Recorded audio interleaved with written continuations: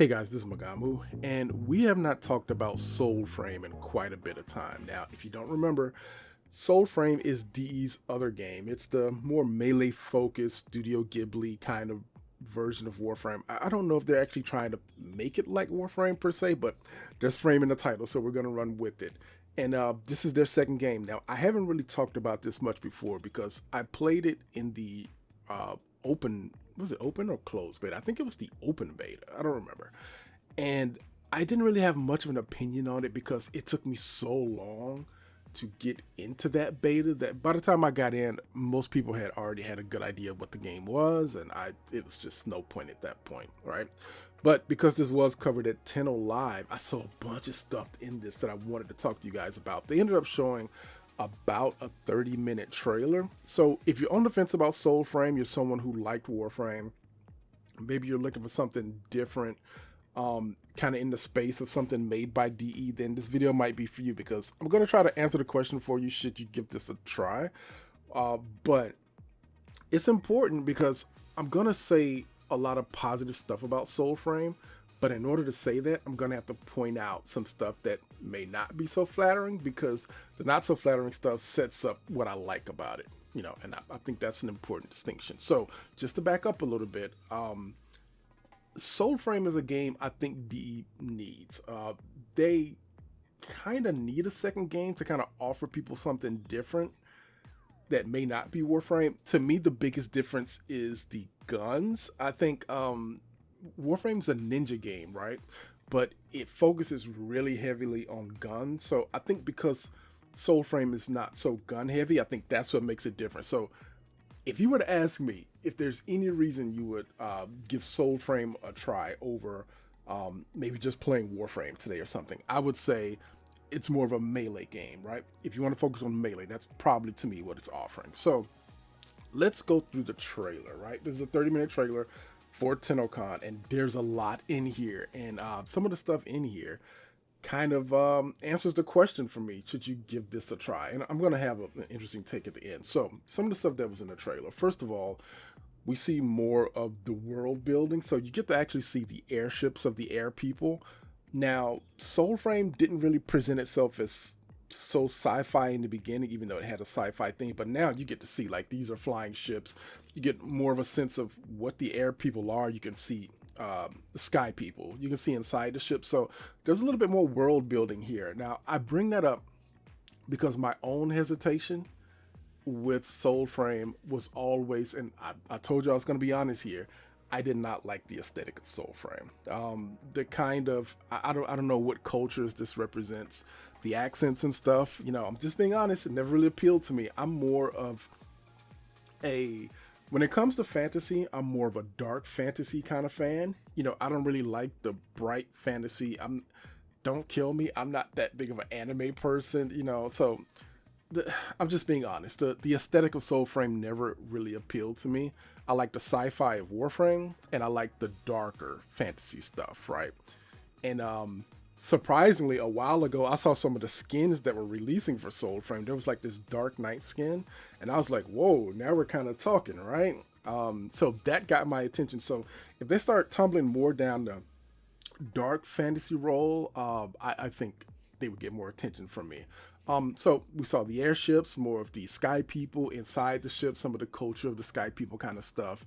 The mounts, there are mounts, which is pretty interesting. So you can get around in the open world. On those mounts, we see, more co-op footage. We see people playing together.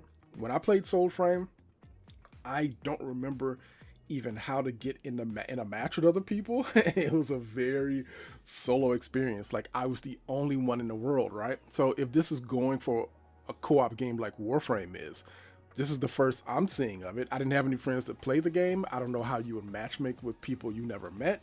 So for me, this is the first time seeing other people in the world on the mounts and in the co-op footage. And in the co-op footage, you see people fighting together in the towns. You see some of the bow and arrow footage here, fighting with other people. Now, I will say, watching this footage of all the people fighting, the combat does look better. When I first played the game, the combat was very, very floaty. And you could tell, right? Like, they hadn't quite nailed the way they want the combat to feel. And in their defense, I don't even think Warframe does melee combat well.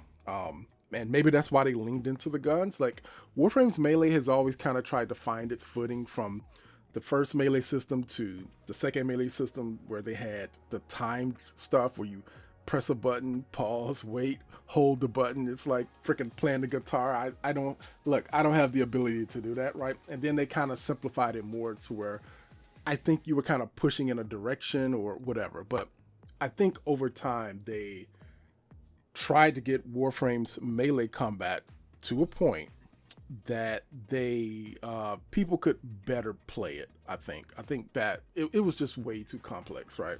I will say, looking at this, the combat does definitely look better. Now, on top of the combat, you see a lot of story in this trailer, and I mean a lot. So in the original closed beta, you could see the main character's mother, and then that kind of leads into the character design kind of stuff, and there's music mixed in because, of course, it's DE and there's music, but this shows a lot more of the story. So you see that your mom is actually a warrior, maybe for the Sky People themselves. She's pretty much a badass, if I'm being honest. You know, hopefully that'll play into your fighting style or some type of time jumping or whatever, but you can play as the mom here, and you see this big epic battle, which to me is, you know, this is borderline AAA quality. This looks great, especially if you get to play through this in the story quests. It seems like you can play as the mom. And again, I gotta point out, the combat looks better. Like, the melee strikes, the character feels a little less floaty, more grounded. You got these kind of light and heavy attacks. You got the abilities mixed in. Like, it's got a bit more of a flow than what I saw in the closed beta. So, no, it's getting there, man. Not only do you get to play as a mom, you get to play as a beaver, because of course it's DE. It's adorable seeing the beaver running around, and it's heartbreaking to see what happens there. But it's DE, so you're gonna have like those little things like that. It's pretty cool. It's nice to have that mixed in, especially for a free to play game, right? Being able to play as the beaver and the mom and all this stuff. You gotta remember, these games are free, so kudos to them on that. Next, this is another thing that goes back to my opinion of the personal opinion of the theme of Soulframe, because you do get some much darker gameplay here, and it's everything from the character skins to the weapons to the environments to the feel of what's going on around you. The game gets a lot darker, and I'm gonna say, for my own personal taste, kudos. You know, I think this looks great. I think it shows a little bit more range of the world building, where it's not just one note, right? Like, it's not just this Studio Ghibli thing, which is beautiful, but that's not really my vibe. I like dark fantasy, so seeing this, I'm a little bit more pulled in to be like, okay, there's gonna be different themes, and you know, the way you build your character, you know, like in Fable, right? Back in the day, you could have this kind of bright, colorful experience of character, but on the other hand, you could have this dark jerk, right, with a mask on and all black leather, right? So to me, this is a really good sign that this is probably something that'll pull me in a little bit better. You can also play as a kid. There's fishing like you would find in Warframe and stuff like that. So it's good. They're changing it up, playing with different characters, playing as the kid, different themes. And to me, those are my two big takeaways. I like that the combat looks a lot better. I like the varying of the themes, right? And those are the two things where I'm like, okay, this is kind of looking up. So the dark themes also isn't just cosmetic. I will say that about it. It does seem like if you take your character in a more darker direction, there's more of a corrupting effect, like almost like an alignment system. People who've been playing Soulframe are probably yelling at me right now, but I didn't get too far into the alignment system type stuff or whatever's there.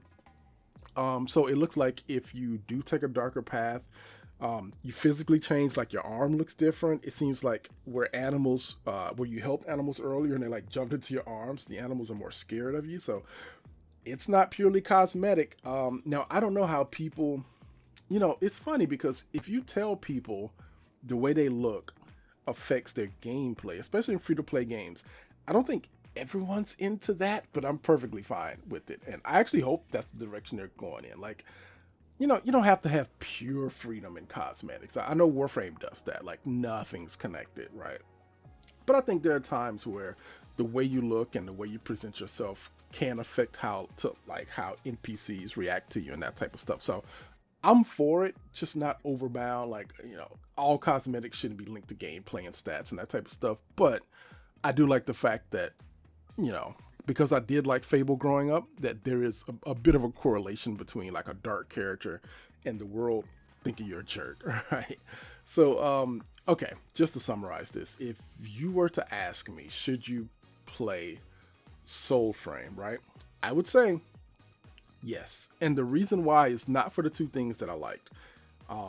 I think maybe you should give this a try, possibly if you want, because they are continuing to work on it. And to me, the way I judge like a live service game or, an online or free to play game is, are the developers actively improving it? And to me, that's pretty much it. And when I look at this trailer, I'm like, okay, they're clearly committed to this. Like, they put a lot of time into this story. The things look to be a lot more cleaned up.